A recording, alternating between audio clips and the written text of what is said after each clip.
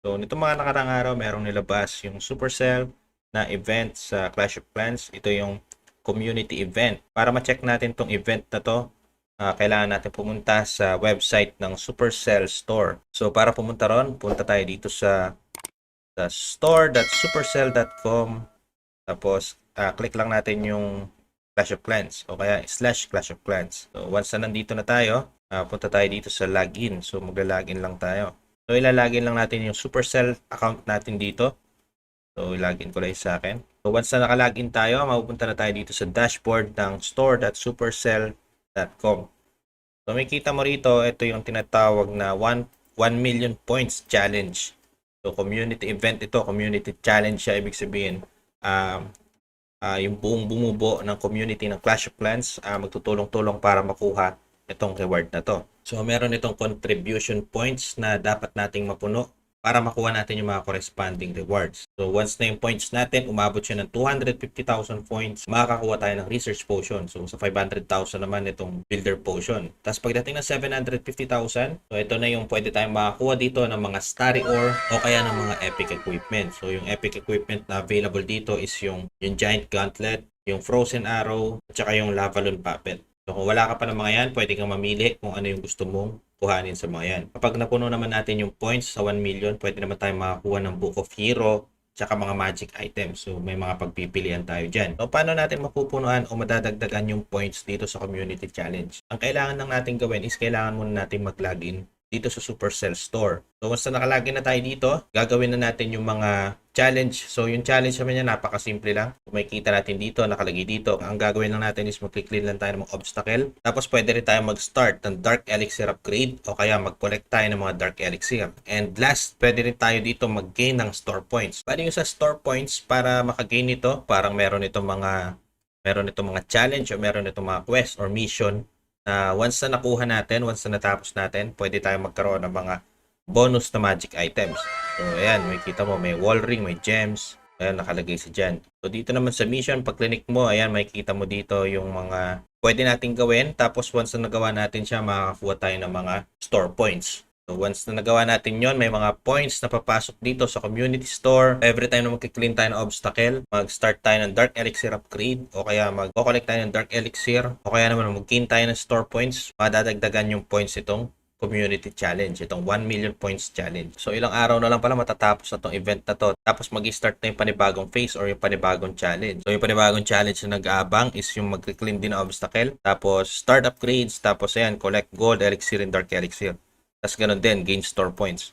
So parang nakasabay ito sa bootcamp. Bali kung nag-upgrade ka dito sa summer bootcamp, gandang isabay mo na yung paglalagin ng iyong account dito sa Supercell Store para makadagdag ka rin dito sa 1 million points challenge, di ba? So kailangan talaga dito parang magtulungan lahat ng player para mapunuan na itong points na to para makuha natin itong mga rewards na to. And sa nakikita ko parang medyo skeptical pa na makuha itong points na to kasi parang ilang araw na yung nakalipas since nung nilabas tong event na to tapos wala pa rin tayo sa 250,000. Imagine mo na lang ilan yung player ng Clash of Clans sa buong mundo. Tapos yung 250,000 hindi pa rin siya nakukuha. So 2 days na lang. Alam ko mga 5 days ago nilabas na tong event na to. Pero wala pa tayo sa 250,000. So medyo mahihirapan yata tayong ma-reach itong 750,000 para makuha natin yung greatest value dito sa reward na to, dito sa event na to, which is yung Starry Ore at yung mga epic equipment. So, pero malay naman natin, di ba? Kaya nga tayo gumagawa ng mga ganitong klaseng video para ma-inform natin yung mga player ng Clash of Clans na meron ganitong community event o meron ganitong klaseng challenge para mabigyan ng reward lahat ng mga naglalaro ng Clash of Clans once na na-reach natin itong corresponding points na to dito sa event na to. So hopefully kahit man lang sana itong 750,000 makuha natin dito sa community challenge para naman magkaroon ng mga epic equipment yung mga wala pang epic equipment. So ilagin mo na yung account mo dito sa Supercell Store tapos gawin mo lang yung usually na ginagawa mo sa game and may kita mo nakakatulong ka na dito sa community challenge ito. Ang maganda pa dito sa Supercell Store, may kita mo dito. Pwede tayo dito bumili ng Gold Pass. Ang maganda kapag dito tayo bumili ng Gold Pass o kaya kahit anong purchase sa game, meron na itong katumbas na points. So bukod pa dyan, ang maganda rito, naka-announce din dito yung mga special offers na meron din sa shop sa game ng Clash of Clans. So instead na bumili tayo dun sa pinaka-game, pwede tayong bumili dito sa Supercell Store. Tapos magkakaroon pa tayo ng points Na yung points na yun, pwede natin siya magamit sa mga ibang items din sa game. Sa pagkakaalala ko, nung bumili ako dito minsan sa Supercell Store, meron nga lang siyang parang additional na charge, parang ganun. Hindi ko lang alam ngayon kung meron pa rin ulit. Kasi ang Gold Pass, once na bumibili tayo sa game, nasa 350 pesos lang siya. Pero nung trinay ko minsan na bumili dito sa Supercell Store, parang nag-ano na siya yung Gold Pass umabot na siya ng parang 390 pesos, parang ganun. So, meron siyang additional. Pero kagandahan naman nun, meron naman points na nakukuha. Tapos yung points na yun, pwede mo rin siya ipambili ng mga items gaya na sabi ko kanina. So, ayan, may kita mo pa dito na available din dito, naka-display din dito, naka-showcase din dito yung mga skin o yung mga legendary skin sa shop. So, ayan. So, yung latest na skin na nilabas nila dito is itong Clash Games skin or yung Clash Games team. So, alam ko meron din dito tong mga yung mga scenery. So ayan, nakalagay na pala halos lahat dito ng mga pwede nating bilhin. So kahit yung mga scenery, yung mga na-miss nating scenery, nandito na rin. So ayan siya. So kahit yung mga gems, nandito dito rin, pwede rin tayo maka-purchase ng gems dito gamit itong Supercell Store. Tapos may katumbas tong points. So yung points na makukuha natin dito, ang ratio niya parang 1:1. Kapag pumunta naman tayo dito sa pinakataas, tapos click natin itong parang drop down button niya. Ayan, may kita mo dito yung information niya na itong Supercell Store. So para makita natin kung saan natin pwedeng gamitin yung mga store points, click lang natin itong parang button dito sa top right na ating screen. Tapos itong ID Rewards. So, tapos pupunta tayo dito sa pinaka-website o sa pinaka-window saan makikita natin yung available points na meron tayo. Ayan, makikita natin dyan. So ako meron akong 1,600 points pa lang. Diba? Tapos dito sa baba, makikita natin dito yung mga pwede nating mabili na rewards. So yung rewards, isang rewards dito is itong pwede tayo makakuha ng scenery, mga cosmetics, mga decoration.